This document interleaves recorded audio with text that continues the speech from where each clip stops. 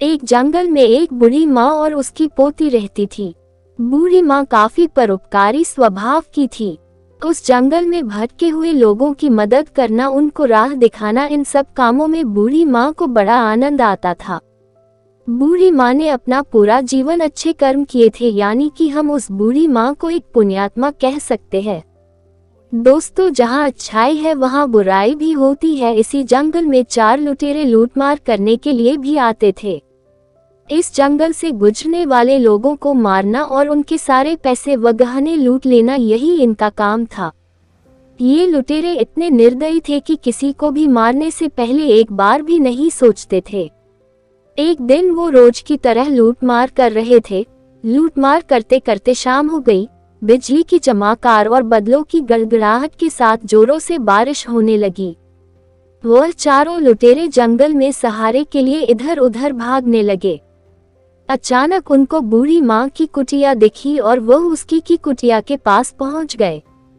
चारों लुटेरों ने तय किया कि जब तक बारिश हो रही है तब तक इस कुटिया में रहेंगे और बारिश बंद होते ही बूढ़ी को मारकर उसका सारा धन लूट लेंगे। उन्होंने झूठ बोलकर बूढ़ी माँ से मदद मांगी। उसी जंगल में रहने वाली बूढ़ी माँ ने भी इन चारों लुटेरों के बारे में काफी कुछ सुन रखा था। उन्हें एक नज़र में देखते ही बूढ़ी माँ ने उनको पहचान लिया। वह 4 थे और ताकतवर भी। बूढ़ी माँ कमजोर थी, इसलिए बूढ़ी माँ ने उन्हें न पहचानने का नाटक किया। बूढ़ी माँ को ये भी डर था कि उसके विरोध करने पर कहीं वह चारों उसे और उसकी पोती को हानि न पहुँचाए।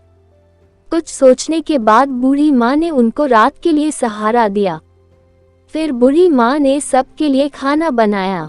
सभी जब खाना खाने के लिए बैठे तब खाते खाते बूढ़ी माँ ने पाप और पुण्य का विषय छेड़ा। हर एक जन अपने हिसाब से इस विषय में अपनी राय दे रहा था। बूढ़ी माँ का कहना था कि हमारे पुण्य हमें जीवन के आखिरी दम तक काम आते हैं और हमारा सुरक्षा कवच बनकर रहते हैं। बूढ़ी माँ की ऐसी बातें सुनकर सभी चारों लुटेरे ठहाके लगाकर हंसने लगे। जाहिर सी बात थी कि चारों ही लुटेरे पुण्य की ऐसी बातों में विश्वास नहीं रखते थे, इसलिए बेधड़क आप वाले काम किया करते थे। आखिरी में बूढ़ी माँ ने शर्त लगाई। वह बोली, बाहर बिजली गिर रही है, हर एक व्यक्ति उस सामने के पेड़ को छू करके वापस कुटिया में वापस आएगा। जिसके ऊपर बिजली गिरी वह पापी होगा और जो सही सलामत से वापस कुटिया में आएगा वह पुण्यवान होगा। पहला लुटेरा गया और पेड़ को स्पर्श करके सही सलामत से कुटिया में आ गया। ऐसे ही दूसरा गया, फिर तीसरा गया और चौथा गया और सभी सही सलामत कुटिया में वापस आ गए। अब बारी थी बूढ़ी माँ की और उसकी पोती की। बूढ़ी माँ के मन में डर आया कि वह चारों ही लुटेरे पुण्यवान निकले। इसका मतलब हम जरूर पापी है, बिजली हमारे ऊपर ही गिरेगी। लेकिन शर्त लगाई थी और पूरी तो करनी ही थी, इसलिए उसने अपनी पोती को गोदी में उठाया और कुटिया के बाहर पैर रखा। उसी वक्त आसमान से एक बिजली तेज गड़गड़ाहट के साथ उस कुटिया पर गिरी और कुछ ही देर में उन चारों की उसी जगह पर मृत्यु हो गई।